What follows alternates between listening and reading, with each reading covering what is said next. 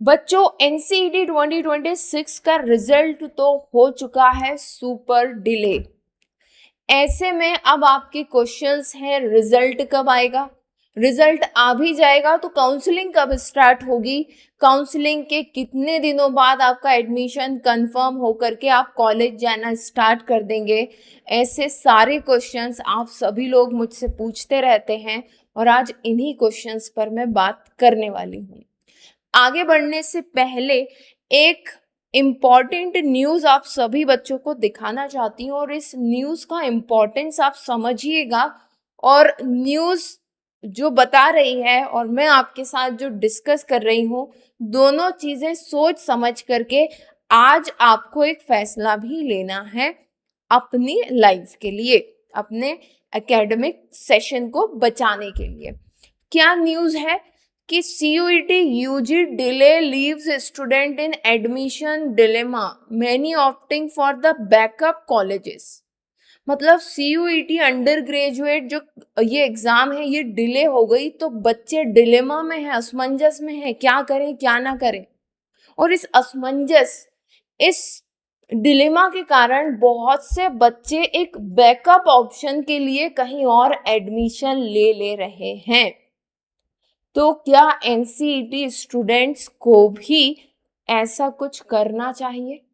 इस पर हम लोग बात करेंगे। ये पूरी न्यूज़ टाइम्स ऑफ इंडिया में आई है और इसमें बताया गया है कि जो हमारा मध्य प्रदेश है यहाँ पर बहुत से कॉलेजेस ने अपने एडमिशन स्टार्ट कर दिए हैं और 31 तक तो उनके रजिस्ट्रेशन ऑफ भी हो जाएंगे, मतलब खत्म हो जाएंगे। सो ऐसे में जो बच्चे CUET के कुछ कॉलेजेस को टारगेट कर रहे थे उन्हें वो श्योर तो नहीं है ना कि भाई हमारा एडमिशन इस सीट पर हो ही जाएगा। ऐसी श्योरिटी तो किसी भी बच्चे को नहीं होती है, right? So they are opting a second option, वो प्लान बी पर काम कर रहे हैं जो हर साल हम लोग भी बात करते हैं। What is plan B? कि अगर हमारे स्कोर कम है तो हमें एक बैकअप एडमिशन एक नॉर्मल से कोर्स में ले लेना चाहिए। अब किसे लेना चाहिए किसे नहीं उस पर डिटेल में बात करेंगे। अब हम चलते हैं हमारे एनसीईटी एग्जाम की तरफ। तो ये एक थॉट मैंने आज आपके माइंड में दिया है कि, और हो सकता है आप में से बहुत सारे बच्चों के पास ये थॉट पहले से हो, आपके पेरेंट्स पहले से कह रहे हो कि बेटा ये तो बहुत डिले हो रहा है, तुम्हें कहीं बैकअप में तो एडमिशन ले लो, क्या पता ऐसा ना हो कि हम इस इंस्टीट्यूट के चक्कर में रुके रहें, एडमिशन ना हो पाए और हमारा साल बर्बाद हो जाए। जो कि ऑब्वियस सी बात है, हर एक पेरेंट इस चीज को लेकर के परेशान रहता है क्योंकि आज की तारीख में देखो बहुत इम्पोर्टेंट हो जाता है एज। ये जो बच्चे 3-3 4-4 साल की ड्रॉप ले लेते हैं ना, बाद में बच्चों बहुत प्रॉब्लम आती है क्योंकि हर एक गवर्नमेंट एग्जाम के एज क्राइटेरिया तो बहुत कम से कम होते चले जा रहे हैं, ठीक है ना? तो एज क्राइटेरिया पर ही बहुत सारे बच्चे बाहर हो जाते हैं। हम ड्रॉप तो ले लेते हैं कि हम इस एग्जाम की तैयारी करेंगे, अनफॉर्चुनेटली मेहनत करने के बाद हो भी नहीं रहा है। तब ये जो हमने ड्रॉप लिया है ना, ये हमें बाद में परेशान करता है जब हम किसी गवर्नमेंट एग्जामिनेशन के लिए जाते हैं या इवन हम जॉब के लिए भी जाते हैं तो वहां पर यंगर कैंडिडेट्स को ज्यादा प्रिफर किया जाता है। भाई आपसे 4 साल बड़े वाले को और आपको दोनों में कुछ ना कुछ तो एनर्जी का डिफरेंस रहेगा ना, ठीक है? तो ये सारी चीजें मेजर की जाती। खैर वो एक अलग मुद्दा है, उस पर हम लोग कभी और बात करेंगे। सो सबसे पहली चीज कि अब रिजल्ट का क्या, इस एक चीज इसके लिए ये ध्यान रखो कि एनटीए जो है, एनटीए अंडर ग्रेजुएट प्रोग्राम के लिए 2 एग्जाम कराता है, एक तो अपनी एनसीईटी एग्जाम और एक CUET प्रोग्राम। मुझे ऐसा लग रहा है कि इस बार इन दोनों की काउंसलिंग पैरेलल चलेगी या आगे पीछे चलेगी थोड़ा सा, ठीक है? बस भगवान हमारे ऊपर कृपा करे, हमारी एनसीईटी की काउंसलिंग जो है पीछे नहीं चलनी चाहिए। दैट मे ऑल्सो हैपन, कोई गारंटी नहीं है, ठीक है ना? सो अंडर ग्रेजुएट प्रोग्राम हर एक इंस्टीट्यूट में साथ में चलेंगे उन एग्जाम्स के जो एनटीए करवाता है। ये अब बात बिल्कुल क्लियर है क्योंकि अभी सभी इंस्टीट्यूट में जिस भी टॉप इंस्टीट्यूट, सेंट्रल यूनिवर्सिटी या जिस भी आप कह ले कि प्रीमियम जो इंस्टीट्यूट है, उन सभी में अभी CUET पीजी की काउंसलिंग चल रही है, इनके पीजी वालों के पोस्ट ग्रेजुएशन और पीएचडी के एडमिशन चल रहे हैं अभी, तो अभी अपना नंबर तो अब हो चुका डिले। अब कितना डिले, तो अब आप ये मान के चलो कि वही जून में 2nd वीक तक जो है अपना रिजल्ट आ जाएगा, ये तो मैक्सिमम अब हम मान सकते हैं। और उससे भी डिले कर दिया तो अब मैं तो कुछ कहने की स्थिति में रही नहीं, ठीक है। पर अभी जो हिसाब किताब चल रहा है उसके साथ एक्सपेक्टेड हम मान सकते हैं कि भाई जून में ही, जून के 2nd वीक तक हम पहुंच गए, ठीक है, क्योंकि तब तक ही सीयूईटी पीजी के जो एडमिशन होंगे वो कंप्लीट हो जाएंगे यूनिवर्सिटीज में। अब उसके बाद ही यूजी वालों की काउंसलिंग स्टार्ट होगी, ठीक है। अब इंतजार सिर्फ जून तक का ही नहीं है कि जून 2nd वीक तक का है, अब असली परीक्षा तो आपकी अब स्टार्ट होगी जैसे ही आपके रिजल्ट अनाउंस होंगे। अच्छा एक चीज और देखो, मैं जब भी मैं फोन उठाती हूँ, ठीक है, जब भी मैं फोन उठाती हूँ तो ये 2-3 शब्द, मुझे 2-3 शब्दों के 5-6 मैसेजेस मिलेंगे, 4-5 मैसेज में ऐसा लिखा होगा result question mark, result question mark, फिर counselling question mark, counselling question mark, admission question mark. I can understand कि बच्चों आप लोग बहुत प्रेशर में हैं, घर वाले लगातार पूछ रहे हैं कि भैया क्या है तुम्हारा एडमिशन का, है ना, पर आप कोई जवाब नहीं दे पा रहे हो क्योंकि यहाँ तो डिले होता चला जा रहा है। और ऑब्वियस सी बात है कि अब कॉलेज जाने का मन है, स्कूल भी छूट गया, तो ये बीच में जो खालीपन होता है उसमें मन भी नहीं लगता है, right. I can totally understand, but बच्चों मेरे पास कोई फर्म जवाब नहीं है। जब अथॉरिटीज ही कुछ नहीं कह रही हैं तो मेरी तो कोई औकात नहीं है कुछ कहने की, फिर समझ रहे हो ना बात को। तो सबसे पहली चीज अभी जो प्रिडिक्शन है, क्योंकि सीयूईटी पीजी का काउंसलिंग चल रहा है, मुझे लगता है जून 2nd वीक तक हमारा जो है रिजल्ट आ जाना चाहिए। वैसे तो किसी पल रिजल्ट आ जाए, है ना, बट अगर हम एक्सटेंडेड, कितना और एक्सटेंड हो जाएगा, तो जून 2nd वीक तक हम मान के चल सकते हैं। फिर बेटा काउंसलिंग कब स्टार्ट होगी? अब बहुत सारे बच्चे ये सोच रहे होंगे कि रिजल्ट और ये काउंसलिंग, है ना, ऐसा नहीं है, ऐसा नहीं है। बहुत कम ऐसे इंस्टीट्यूट होते हैं जो within 1 week counselling start कर दे, ये बात ध्यान रखना आप मेरी, है ना। रिजल्ट अनाउंस होने के बाद काउंसलिंग के जो फॉर्म निकलते हैं, it take minimum 1 week, minimum 1 week तो लगता ही लगता है, ठीक है, मेजॉरिटी ऑफ इंस्टीट्यूट को।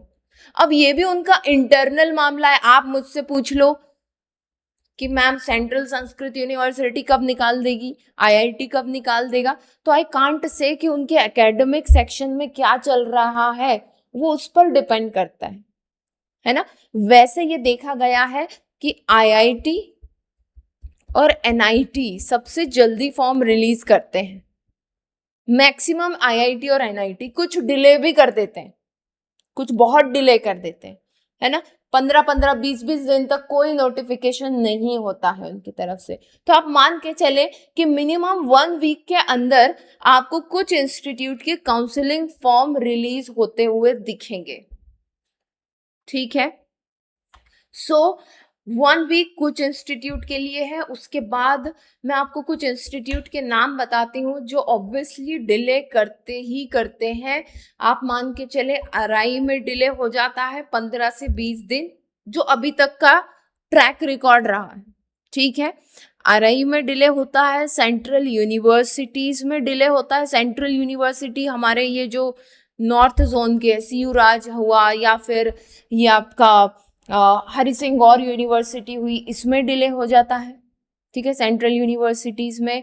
दिल्ली तो और भी ज्यादा डिले करता है, ठीक है, क्योंकि उनका ज्यादा फोकस किस पे हो जाता है, सीयूईटी के एडमिशंस पर, ठीक है। सो डीयू में भी बहुत डिले होता है, आप मान के चले इस बात को, ठीक है। Almost they take one month, result से काउंसलिंग स्टार्ट करने में उन्हें 1 मंथ तक लग जाता है। उसमें भी वो सीआई जो इनका सेंट्रल का डिपार्टमेंट है वो भी बहुत डिले जाता है, सारे उसमें वो सबसे ज्यादा डिले चला जाता है। वो माता सुंदरी इनका तो साथ में होगा, खैर, ठीक है। So it get delayed. उसके बाद आपका जो है ये अंबेडकर जो स्टेट यूनिवर्सिटी है DU की, वो भी बहुत डिले कर देती है। अगर मैं कहूँ आपसे कि महा डिले अगर किसी में होता है तो वो इग्नू में होता है ना। एक चीज मैं बता देती हूँ बेटा, इग्नू से ये रेगुलर कोर्स है, ऐसे नहीं घबराना कि ये तो घर बैठे करा देंगे और यहाँ तो हमें एडमिशन नहीं लेना। IGNOU could be a good option. अगर आपके नंबर कम है, आप दूर नहीं जा सकते हो, तो इग्नू एक अच्छा ऑप्शन है। दिल्ली में ही रह करके आपको पढ़ाई करनी होगी, रोज कैंपस जाना होगा, और जहां तक मुझे पता चला था कि इसमें हॉस्टल फैसिलिटी नहीं है, ठीक है। तो आपको बाहर कहीं रहने का अरेंजमेंट करना है और फिर कॉलेज जाना है, ठीक। तो आप ये बात बिल्कुल अपने माइंड में क्लियर रखो कि रिजल्ट जब आएगा वहां से काउंसलिंग तक का जो सफर होता है, पहली काउंसलिंग का जो सफर है बेटा, वो 7 डेज से लेकर के 30 डेज तक का हो सकता है, मतलब वन वीक से 1 मंथ तक का हो सकता है। अब ये इंस्टीट्यूट के ऊपर है कि कौन सा कितनी जल्दी रिलीज कर रहा है, और कुछ तो बहुत डिले कर देते हैं। इवन RI भी डिले करता है, RI अपनी लिस्ट निकालने में भी बहुत ज्यादा डिले कर देता है, ठीक है। तो अब देखो, आपकी काउंसलिंग तो करवा, उन्होंने काउंसलिंग कॉल तो कर दिया, आपसे फॉर्म भरवा लिया, मान लेते हैं, मानने के लिए मैं कह रही हूँ, दिमाग में मत बैठा लीजिएगा कि इसी डेट पर होने वाला है ना। लेट्स सपोज कि 10th ऑफ जुलाई फॉर्म की लास्ट डेट है, इमेजिनरी डेट है, ये लास्ट डेट है। अब 10th ऑफ जुलाई फॉर्म भरने की लास्ट डेट है, तो तुम्हारी फर्स्ट लिस्ट आएगी कब? फर्स्ट लिस्ट आ रही है तुम्हारी 21 जुलाई को या 30 जुलाई को। इतना गैप ले लेते हैं, ठीक है। फिर क्लास स्टार्ट होगी अगस्त मिड के बाद, कुछ ऐसा सिस्टम चलता है, ठीक है। ये मैं कैसे बता रही हूँ, ये मैं पिछले साल का ट्रैक रिकॉर्ड देख करके बता रही हूँ कि इतना डिले हो जाता है।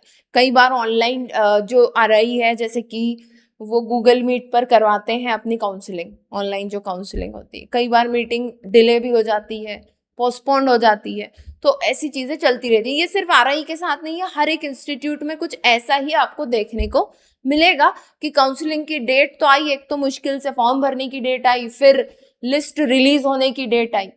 And why I am telling you, क्योंकि आप लोग बहुत परेशान हैं, पर रियलिटी आपके सामने होनी चाहिए कि भाई टाइम तो लगेगा, टाइम लगेगा, है ना।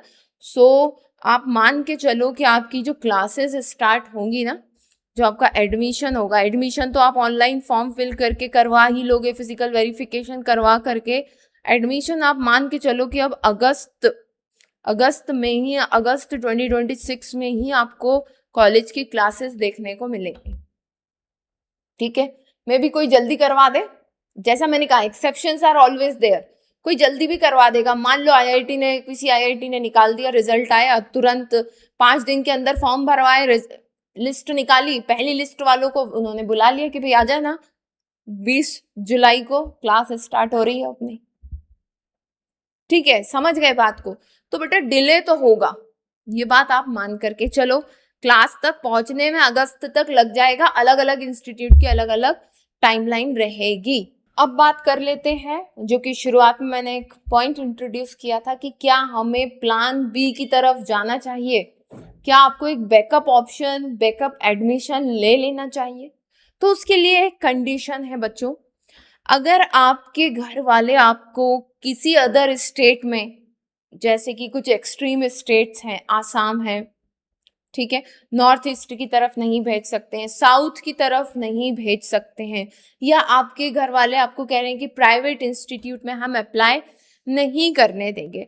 सो लेट्स सपोज कि ये आप हैं, ठीक है, और आपके घर वाले बोल रहे हैं नो प्राइवेट यूनिवर्सिटी, ठीक है, नो नॉर्थ ईस्ट यूनिवर्सिटी, उस तरफ नहीं जाने देंगे, इन्वायरमेंटल कंडीशन है ना, माहौल, आप माहौल कह लें या वेदर कह लें, जो भी है वो सूटेबल नहीं मानते आपके लिए, या आपको कह रहे हैं कि साउथ की तरफ हम नहीं भेजेंगे, मतलब आपको साउथ यूनिवर्सिटीज की तरफ आपके ऊपर बहुत सारे रेस्ट्रिक्शंस हैं, ठीक है। एंड आपके स्कोर जो है, स्कोर भी जो है वो 250 के आसपास है या उससे नीचे ही है, 250 या फिर उससे नीचे ही है।